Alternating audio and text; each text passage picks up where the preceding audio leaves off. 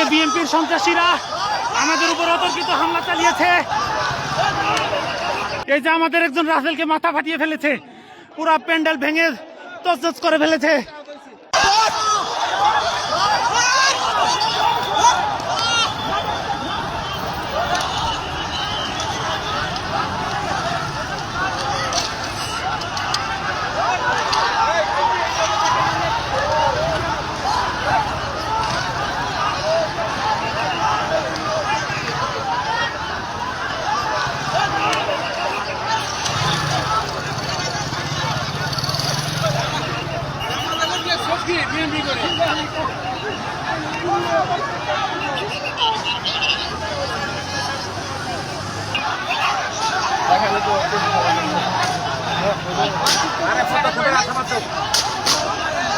আজকে বিএনপির সন্ত্রাসীরা আমাদের উপর অতর্কিত হামলা চালিয়েছে।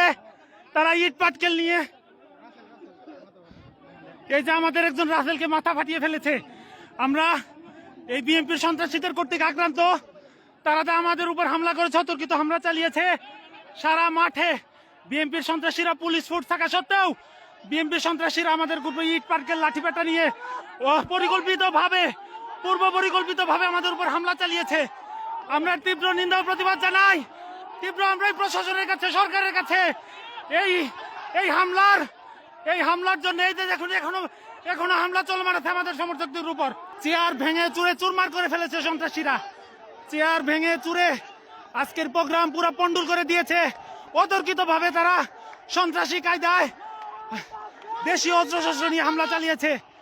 তারা লাঠি সোটা নিয়ে ইট পাটকেল নিয়ে আমাদের উপর হামলা চালিয়েছে। পুরো প্যান্ডেল ভেঙে তছনছ করে ফেলেছে।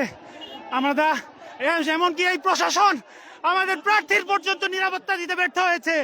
এই প্রশাসনের অধীনে কিভাবে আমরা সুষ্ঠু নির্বাচন প্রত্যাশা করি?